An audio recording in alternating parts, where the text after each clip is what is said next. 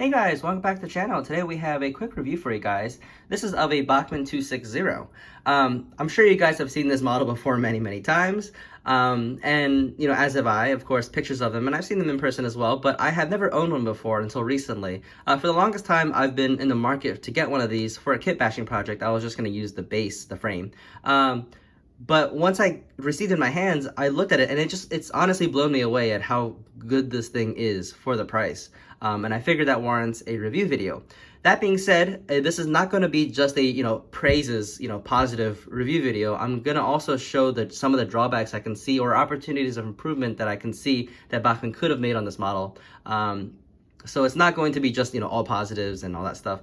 But that being said, I do think this model should be talked about more. I think it's very underrated for what it is. And that's why this video exists. So without further ado, let's get started. A little background on this model. This engine was first released by Bachmann in 2012. So this thing is 12 years old, which is crazy to think, because I remember this thing was released like a few days, relatively recently. So it's crazy how fast time flies.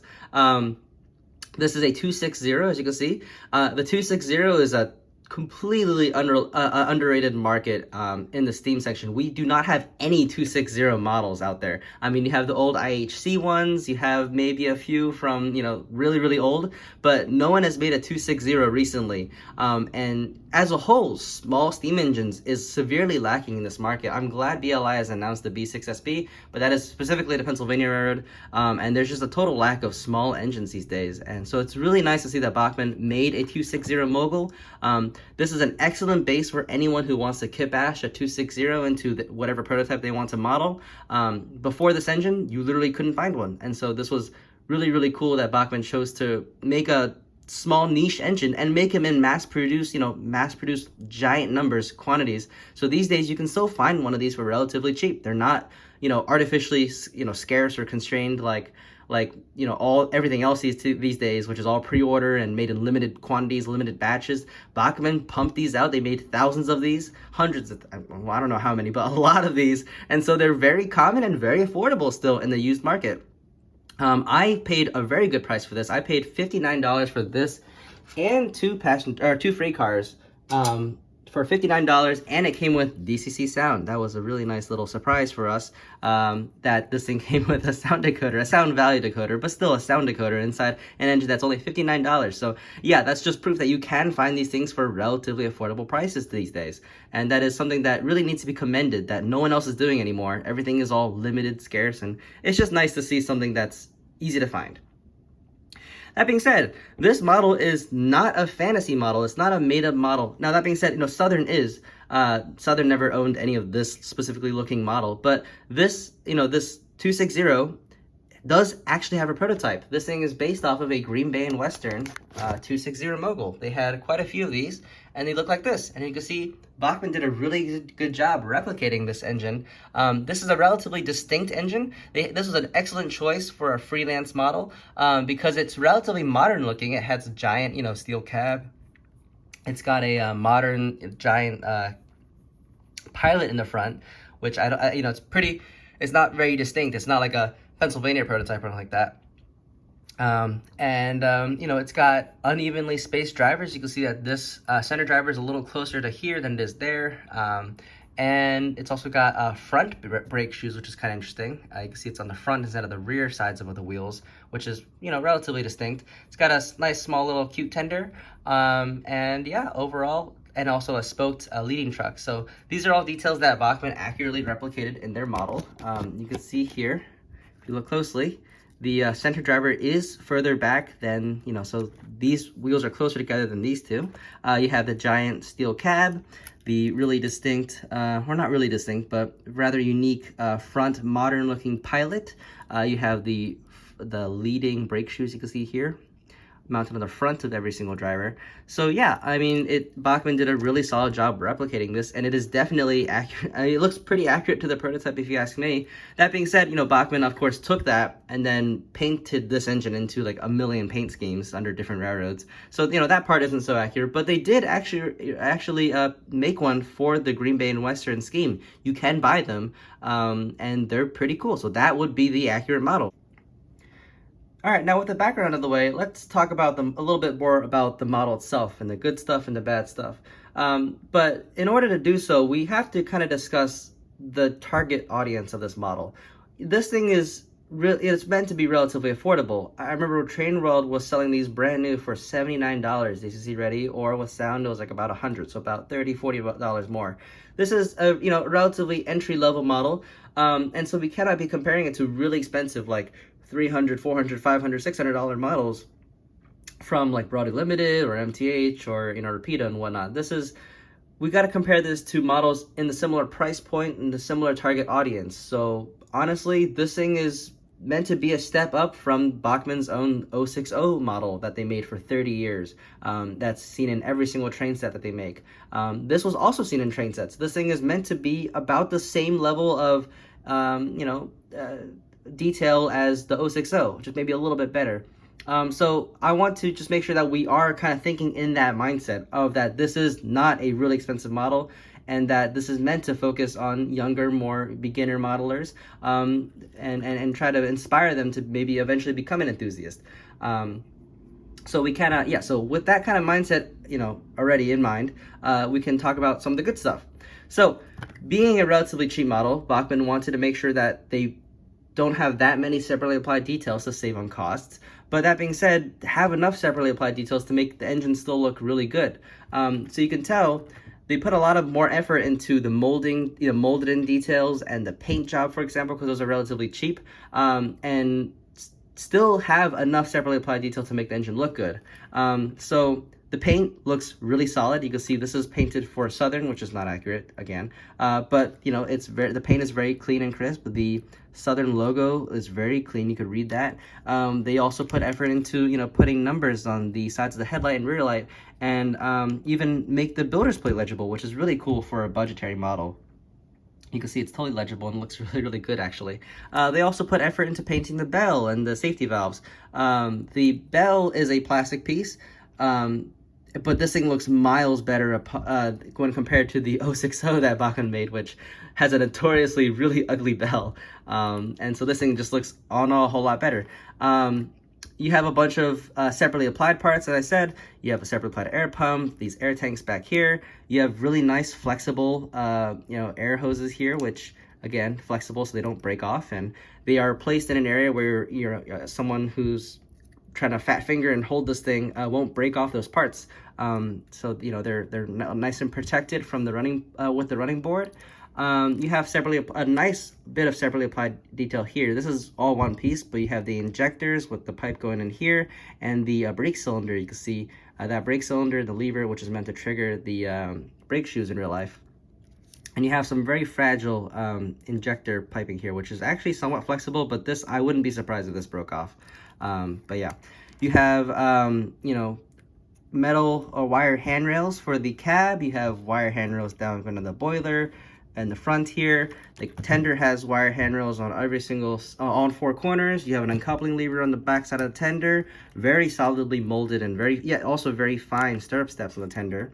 On the front here, you can see more separately applied handrails, a headlight with a lens, a separately applied number plate in the front. This Pilot is honestly very robust. It's very solid. I don't think it'll break off unless if you drop them out onto the floor. More separately applied uncoupling lever in the front.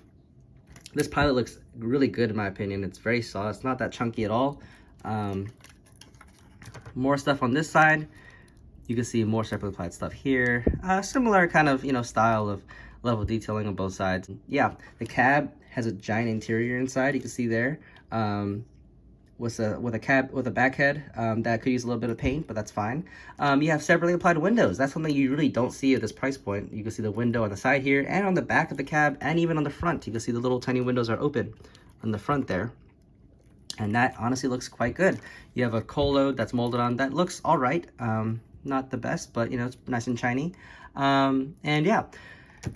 What isn't separately applied is molded on, as you can see, and the molded on detail looks superb. I have not seen like molded on detail that looks this good in a while.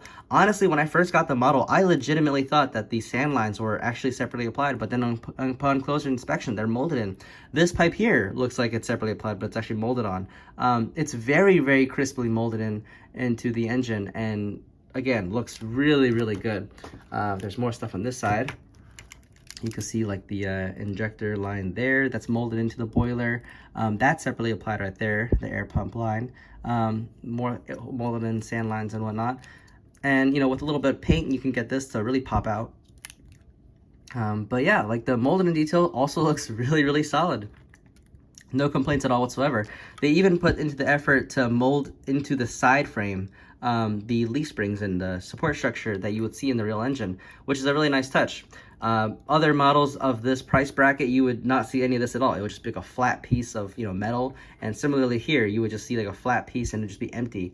But the fact that Bachmann was able to mold that into the die-cast frame is really, really cool. And it's a really nice touch if you ask me. So yeah, this model, as I said, it's really robustly made. It's very solid. And yet also at the same time, the details are meant to be out of the way so it won't get damaged. You know, when you hold this engine, you're not going to be damaging a lot of the separately applied details. It's very easy to hold, meant for, you know, people who are maybe a little bit more on the beginner side. And yeah, nothing is meant to break on here. Everything is very thoughtfully well designed.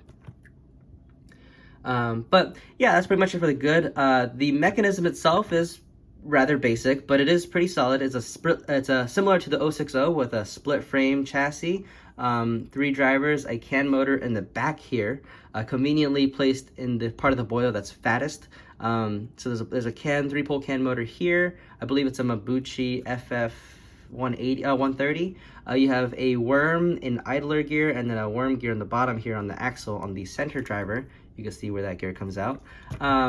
So yeah, very basic, very cheap, but yet still, you know, very well designed and robust mechanism that should last ages. And so yeah, it is relatively light because it is a split frame and a plastic shell on top of here. The tender is basically entirely plastic. You have a plastic shell, plastic frame with some weights stuck in there. The engine is, again, all plastic except the frame, the split frame, which is all die cast. So it is not the heaviest engine, and it shouldn't be. It's a 260. This thing shouldn't be pulling a lot of cars. You can see it's a really small engine with a small boiler, so I'd expect it to pull maybe like 7-8 cars, and that's really all it should be pulling. Moguls are not meant to be very powerful. They're meant to be nice little short line, motive power. So it is not the heaviest engine, and it shouldn't be, and I'm not surprised. I don't expect it to be so, I guess.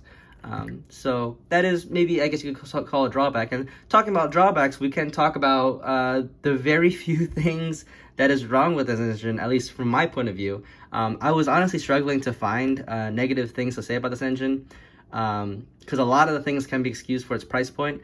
That being said, there are 2 areas of opportunities of improvement that I thought Bachmann could put into this model, notably in the detail section. Bachmann made 2 mistakes that I can tell. There might be more, but the 2 things I can see that are very noticeable and actually bother me quite a bit that I can point out is, one is the headlight and rear light. These things are really, really undersized. It makes the engine look really, really weird. If I were to compare, let's take an engine that I just have sitting around. This is a brass model. It's not a particularly fancy brass model, but you know, that being said, it has an accurately sized headlight, and you can see how much bigger it is compared to the Bachmann engine.